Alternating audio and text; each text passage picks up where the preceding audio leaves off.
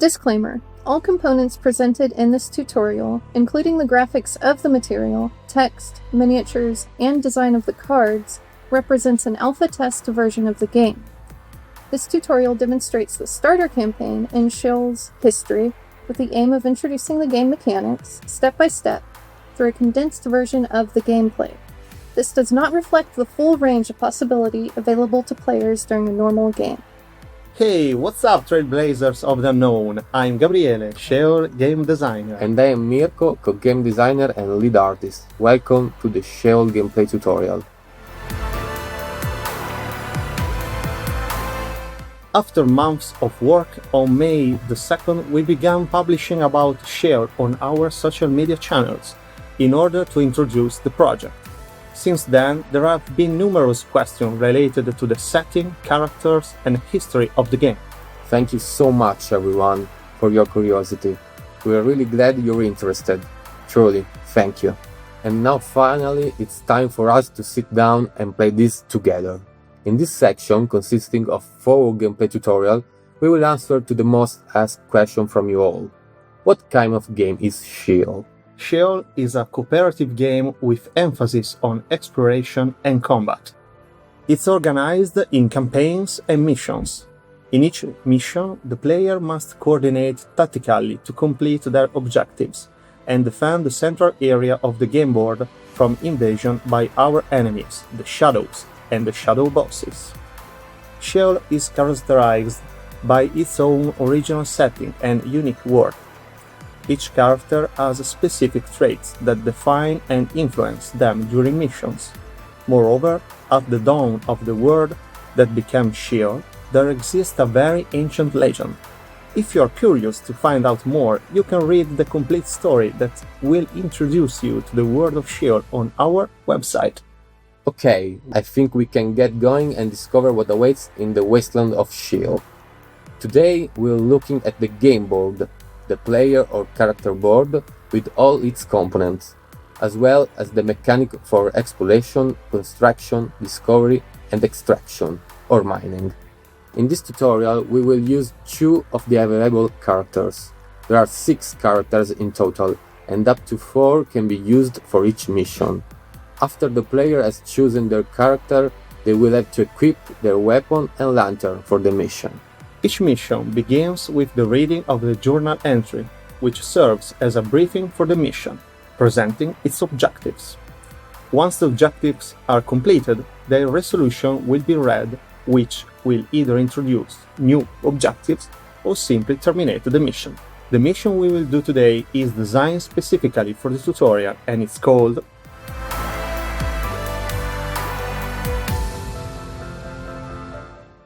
Periodically, scout teams will venture out to lay down new light stream tracks in the Nightlands. This is in an effort to control and connect the area surrounding the Citadel. Their primary purposes usually are one of the following: to analyze the boundaries of the Shadows, to transport supplies to remote outposts, to extract Umbra crystals from highly concentrated areas, or to escort luminary monks and/or engineers to perform their field studies. Your team, in particular, is in charge of heading to any areas that, as indicated by the radiometric analyses, turn out to host a fair amount of Umbra. Your team must then extract that Umbra so that the Citadel can continue synthesizing looks. The objectives are explore 2 lands and carry out an extraction of Umbra. The game board has a square base with a central component. At the center is the Citadel, which is the starting point for the characters and the key to some dynamics that we will see in the next videos. Around the Citadel, a series of lands are placed according to the mission setup. Land is divided into 3 categories: Chronicles, Forgotten Lands, and Event Horizon lands. Our goal will be to reach these areas with our characters. Each player has his character board in front of him. This presents a series of fundamental indicators for undertaking the actions in play. At the top center, we find the Lux vials at our disposal, as well as the number of light shield cards we have in our hand. We'll talk about the latter in another video. On the right side of the character board, we find the space for the lantern. On the left, there's the weapon space, while at the bottom we have the movement space. The vials are placed on the character board. The die represents the number of looks vials available, while the indicator shows how many looks points remain to the character for each vial. Each vial is made up of 8 looks points, which both serve to carry out actions and to represent the life of the character. When it's their turn, the player has 3 actions they can perform. These actions are selected from a number of options: movement, construction, revelation, combat, extraction, and purchase. The player can decide to perform the same action several times. For example, 2 movement and 1 construction action. The only exemption is the extraction option, which is limited to once per turn. The first action to perform is the construction of the light stream. This is necessary because the characters can only move on illuminated paths.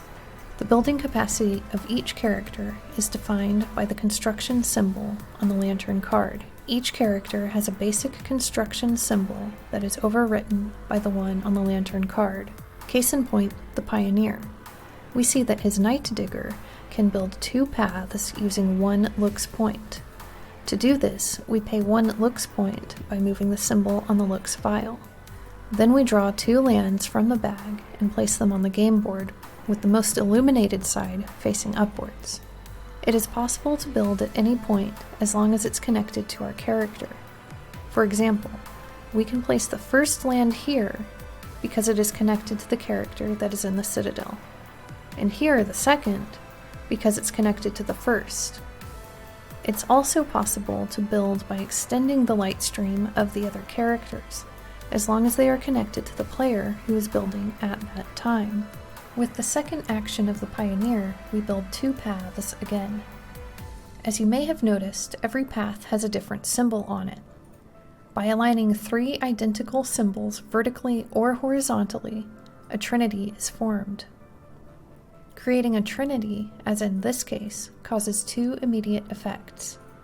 First, the paths are turned upside down, decreasing their brightness as if they were exhausted. Second, the player who created the trinity draws 3 Umbra crystals from the reserve.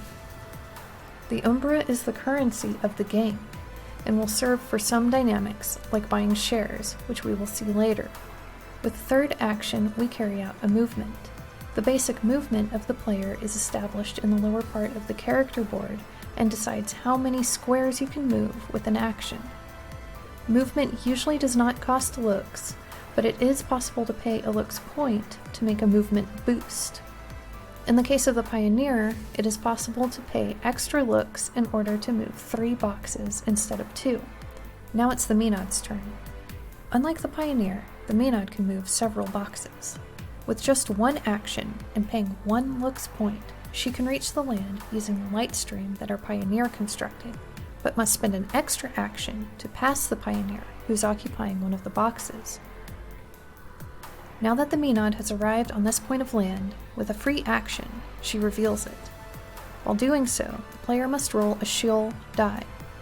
If they get the symbols shown on the land, they will have to draw a card from the deck corresponding to that specific land category. In this case, if we get a triangle, we will have to draw an event. You are in a desert area that precedes your goal. When you seem to see a distant structure, it is coral formation, about 20 meters high, that both partly recalls an immense flower and partly a spiral pointing towards the sky. There seem to be no shadows nearby, but the structure gives you a deep sense of unease. It's as if it will engulf you. The more you stare at it, the more confused your sight becomes, until a symbol with astral contours appears before you like a flash.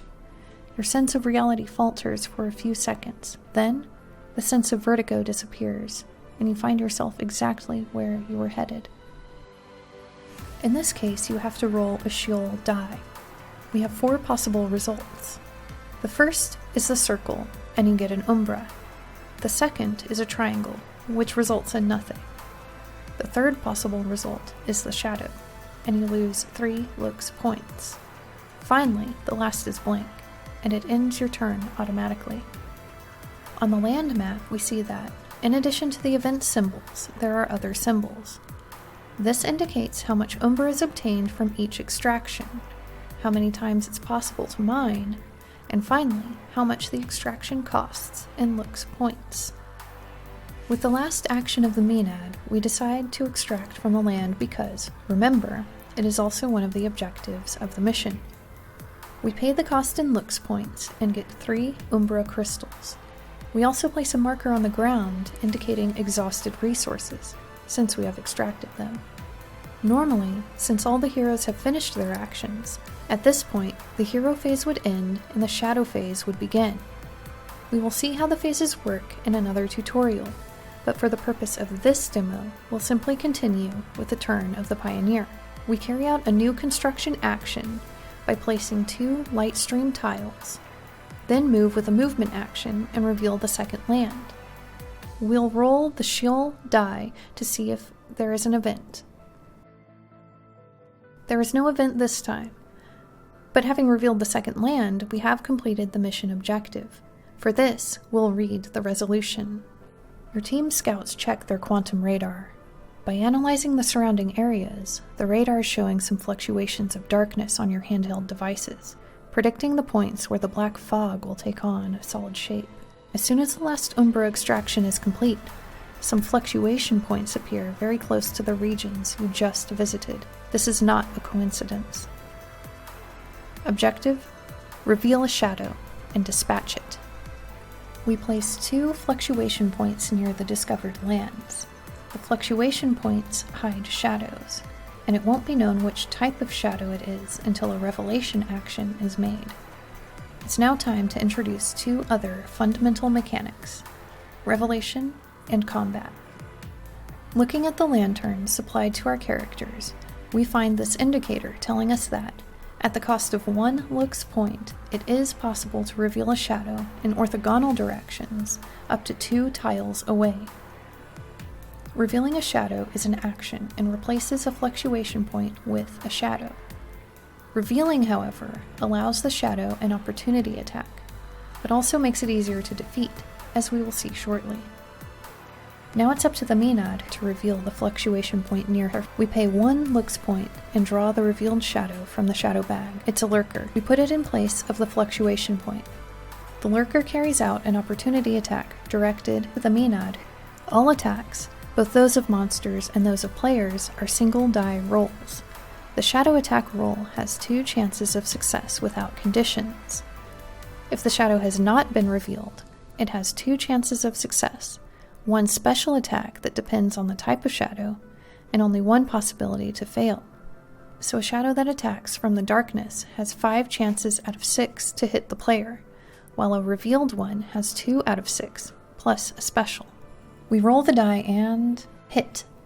The lurker deals 2 damage and causes the Maenad to lose 2 looks points. In the next tutorial, we will see how using light shield cards can minimize or undo these damages. But the Maenad still has 2 rounds available to attack. To the left of the player board is the weapon card held by the character.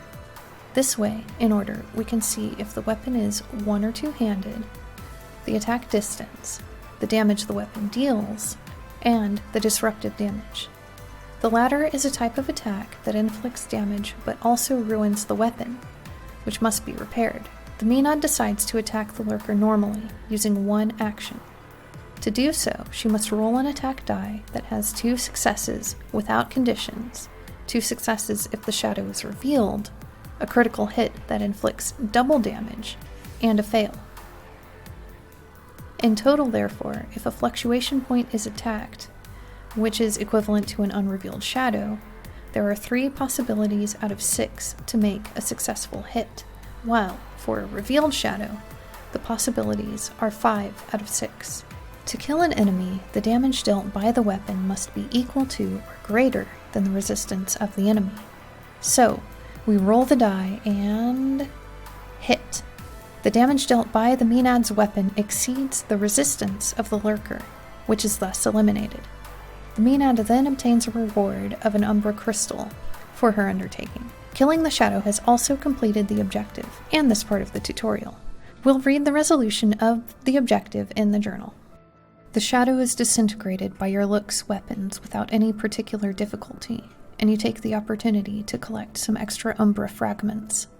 Some of you rejoice, crushing the bony coral formations of the larger shadows under your boots, displaying your strength to a world that is no longer yours. But a new threat is already appearing on the horizon. And here we are at the end of this first tutorial. In the next tutorial, we'll take a look at some new mechanics, such as the light shield cards that we already mentioned several times, as well as the shop and much more. You can continue to follow us on our social networks, and if you have any questions or suggestions, don't hesitate to ask in the comments. You can also write to us directly using the contacts in our website, sheolboardgame.com. We'll be recording a dedicated Q&A video to answer. Thanks for watching out our first video tutorial. See you next time. Bye! Bye!